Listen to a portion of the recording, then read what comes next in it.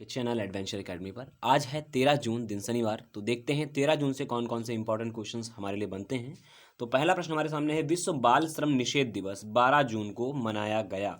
बाल श्रम निषेध दिवस का मतलब ये होता है कि बालकों को श्रम में ना धकेला जाए, उसके लिए एक कह सकते हैं विशेष दिन का आयोजन किया गया 12 जून को। पिछले साल अगर मैं बात करूं तो विश्व बाल श्रम निषेध दिवस और काम पर सुरक्षा और स्वास्थ्य के लिए विश्व सेफ दिवस यानी कि विश्व सुरक्षित दिवस द्वारा युवा श्रमिकों की सुरक्षा एवं स्वास्थ्य में सुधार बाल श्रम के अंत के लिए एक संयुक्त अभियान शुरू किया गया है। देखिए, यूनाइटेड नेशन में अगर बात करूं टोटल थ्योरी की तो 2030 तक की कहता है 2030 तक ये कहता है कि प्रत्येक कामगार को बेहतर काम दिया जा सके और बलात् श्रम से यानी कि बाल श्रम जो लगे हुए हैं उनको क्या किया जा सके, उनको बिल्कुल ही हटाया जाए बाल श्रमिकों को काम से। तो 2030 टारगेट करके रखा हुआ यूनाइटेड नेशन ने, ये याद रखना है। ये तो एक बात पिछले साल की हो गई कि पिछले साल संयुक्त तौर पर विश्व बाल श्रम निषेध दिवस और काम पर सिक्योरिटी और हेल्थ को लेकर के एक साथ सेफ डे का आयोजन किया गया था, वो एक अलग बात हो गई। लेकिन फिलहाल आपको इतना याद रखना, विश्व बाल श्रम निषेध दिवस 12 जून को मनाया गया है। तो ये था आपका पहला प्रश्न। दूसरे प्रश्न के चलते हैं, क्या है एक ऑपरेशन डेजर्ट? इस समय बहुत चर्चा में है। तो ऑपरेशन डेजर्ट क्या है मैं बता दूं आपको, पूरी कहानी समझ लीजिएगा पहले। ऑपरेशन डेजर्ट के तहत जयपुर में, राजस्थान के जयपुर में दो कह सकते हैं भारतीय कर्मचारियों को पकड़ा गया है, सरकारी कर्मचारियों को, जो कि आईएसआई यानी कि पाकिस्तान की जो खुफिया एजेंसी है आईएसआई को अपनी कुछ गोपनीय रिपोर्टें साझा कर रहे थे। इसके तहत जो देश में है वो ऑपरेशन डेजर्ट फिर से एक बार चर्चा में आया। यह एक जासूसी ऑपरेशन है, एंटी जासूसी ऑपरेशन, मैंने पहले ही बताया। हालांकि 2019 में सैन्य इंटेलिजेंसी द्वारा इसे शुरू किया गया था। सैन्य इंटेलिजेंस मतलब ये हुआ, चाहे वो आईबी हो या रा हो या अन्य छोटी छोटी एजेंसियां जो प्राइवेट तौर पर भी उनकी मदद ली जाती है। इनमें से कई लोगों को आधिकारिक गोपनीयता अधिनियम 1923 के तहत गिरफ्तार किया गया था। तो अधिनियम याद रखिएगा कि आधिकारिक गोपनीयता अधिनियम 1923 के तहत किसी भी व्यक्ति को देशद्रोह के आरोप में गिरफ्तार किया जा सकता है यदि वह अपनी कोई भी जानकारी किसी अन्य देश के साथ साझा कर रहा है।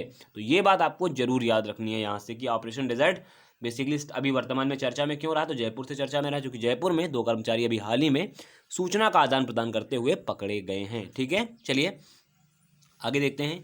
यूक्रेन के world light heavyweight boxing champion Oleksandr Gvozdyk ने संन्यास की घोषणा कर दी है। यानी कि आपको याद रखना कि कह सकते हैं light heavyweight boxing champion थे कौन, आपके ओलेक्जेंडर गॉव्जिडिक ने संन्यास की घोषणा कर दी है। अगर मैं इनके बारे में बात करूं तो इनका संबंध कहां से है, यूक्रेन से है। तो दिसंबर 2018 में एडोनिस जो स्टीवेंसन को हरा करके वर्ल्ड बॉक्सिंग कप का खिताब इन्होंने जीता था और अगले कुछ पिछले 5 वर्षों से इन्होंने इस बेल्ट पर कब्जा भी जमाया हुआ था। यानी जो वर्ल्ड बॉक्सिंग क्लब कह सकते हैं कप की एक बेल्ट होती है उसके ऊपर कब्जा भी जमाया था। ये हैवी वेट बॉक्सिंग चैंपियन थे, इतनी बार आपको याद रखना है। और कहाँ से इनका संबंध था, तो यूक्रेन का संबंध था। इनके एमडी ने हाल ही में इसकी घोषणा करी है कि ये संन्यास लेंगे, तो इनका संबंध याद रखिएगा।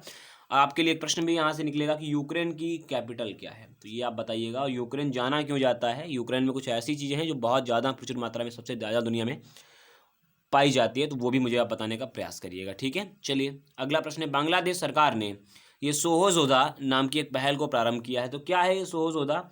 ये कोविड-19 उपचार से ठीक हुए रोगियों की जो प्लाज्मा एक्सचेंज की सुविधा है, जिसे ऑनलाइन नेटवर्क के तहत जोड़ा जाएगा। तो मैं आपको टोटल बता दूं क्या है ये। जैसे अभी हाल ही में इंडिया ने प्लाज्मा थेरेपी शुरू की थी, यानी कि जो लोग कोविड-19 से ग्रसित हैं और वो ठीक हो गए हैं तो उनका प्लाज्मा निकाल करके कह सकते हैं स्वस्थ व्यक्ति जो अभी हाल ही में कोविड-19 से पीड़ित हुआ है तो उसका ब्लड रिलेशन मैच करके क्या किया जाएगा, या कह सकता हूँ ब्लड ग्रुप मैच करके उसमें प्लाज्मा थेरेपी के माध्यम से प्लाज्मा डाला जाएगा, जिससे कि रोग प्रतिरोधक क्षमता बढ़ेगी। इसी तरीके से बांग्लादेश सरकार ने सोहोजोदा नाम की एक पहल को भी प्रारंभ किया है। ठीक है, ये एक सार्थक पहल रही, लेकिन कई सारे वैज्ञानिकों का मानना है कि ये गलत है। खैर, बांग्लादेश के बारे में बात करें, बांग्लादेश के राष्ट्रपिता जाने जाते हैं शेख मुजीबुर रहमान, जैसे भारत के महात्मा गांधी जी जाने जाते हैं राष्ट्रपिता के रूप में।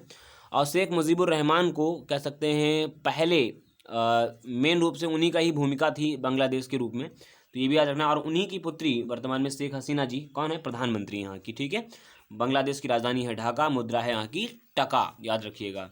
अगला प्रश्न है, हिमाचल प्रदेश के मुख्यमंत्री जयराम ठाकुर ने राज्य के ग्रामीण क्षेत्रों में रहने वाले वरिष्ठ नागरिकों के लिए क्या कर दी है, पंचवटी योजना का प्रारंभ किया है। तो पंचवटी योजना क्या है, इसके अंतर्गत हिमाचल प्रदेश सरकार प्रत्येक विकास खंड यानी कि प्रत्येक ब्लॉक में, अगर मैं साफ साफ बोलूँ तो प्रत्येक ब्लॉक में सभी आवश्यक सुविधाओं से लैस पार्क और उद्यान स्थापित करेगी। यानी कि ऐसे पार्क को खोला जाएगा जिसमें सभी सुख सुविधाएं भौतिक रूप से मौजूद होंगी। और राज्य सरकार चालू वित्त वर्ष में राज्य में 100 पार्क ऐसे खोलने का विचार कर रही है। मैं बता दूं 100 पार्क जो खोले जाएंगे वो मेन रूप से टारगेट होंगे किसके लिए, बुजुर्गों के लिए, कि बुजुर्ग लोग वहाँ पर जाएं, टहलें, स्वास्थ्य सुविधाएं अपनी बेहतर रखें, इसीलिए ऐसे पार्क खोले जाएंगे। बंडारू दत्तात्रेय वर्तमान में यहाँ के राज्यपाल हैं हिमाचल प्रदेश के। तो हिमाचल प्रदेश के बारे में आप इतना जानकारी रखिएगा कि पंचवटी योजना भी हाल ही में हिमाचल प्रदेश के सीएम जयराम ठाकुर जी ने प्रारंभ की है। ठीक है, चलिए अगला प्रश्न है, आंध्र प्रदेश के मुख्यमंत्री वाईएस जगनमोहन रेड्डी ने कोविड-19 महामारी के कारण अपनी आजीविका जुटाने में असमर्थ टेलर, नाई और वाशरमैन को वित्तीय सहायता प्रदान करने के लिए ये जगन्नाथ आपका चेदोड़ू नाम की योजना को प्रारंभ किया है। तो चेदोड़ू योजना है जो ये कह सकते हैं जगन्नाथ चेदोड़ू, इसके तहत जो नाई हैं या वाशरमैन हैं जो कह सकते हैं कि धोबी समाज के लोग आते हैं, उनमें क्या होगा, उनको 10,000 रुपये की एक मुश्त किस्त दी जाएगी इसके तहत। ठीक है, और इसके अलावा और क्या होगा, जो बच्चे हैं उन्हें सॉक्स वगैरह प्रदान किए जाएंगे, मोजे वगैरह, जूते वगैरह प्रदान किए जाएंगे, उन्हें भी अलग अलग तरीके से जो भी मदद हो पाएगी उन्हें दिए जाएंगे। ठीक है, तो ये जो आपको 3 कैटेगरीज दिखाई दे रही हैं, टेलर्स, नाई और वाशरमैन को, इन्हें 10,000 रुपये की एक मुश्त किस्त दी जाएगी। किसके तहत, आंध्र प्रदेश के सीएम वाईएस जगनमोहन रेड्डी ने जो योजना शुरू की है जगन्नाथ चेदोड़ू नाम की, इस योजना के तहत। देखिए मैं बता दूं आपको, हमें लगता है केवल कि आंध्र प्रदेश ज़्यादा योजनाएं जारी करता है, तो बिल्कुल आप याद रखिएगा कि योजनाओं को लागू करने में सबसे नंबर 1 पर राज्य आता है उड़ीसा। हालांकि अभी वर्तमान में वाईएस जगनमोहन रेड्डी जब से मुख्यमंत्री बने हैं आंध्र प्रदेश के, कई सारी योजनाएं क्रियान्वित कर रखी हैं उन्होंने।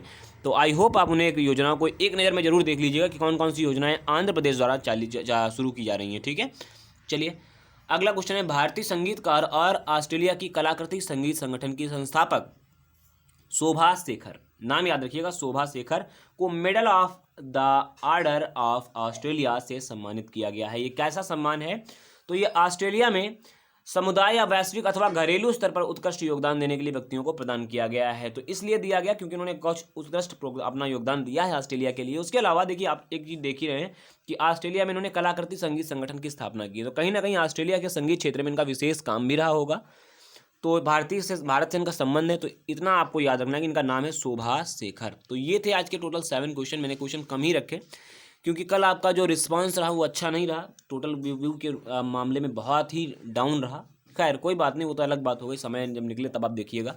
वीडियो अगर अच्छा लगता है तो वीडियो को लाइक करें, शेयर करें, कमेंट करें और चैनल को सब्सक्राइब करना ना भूलें। बने रहें हमारे साथ। नमस्कार।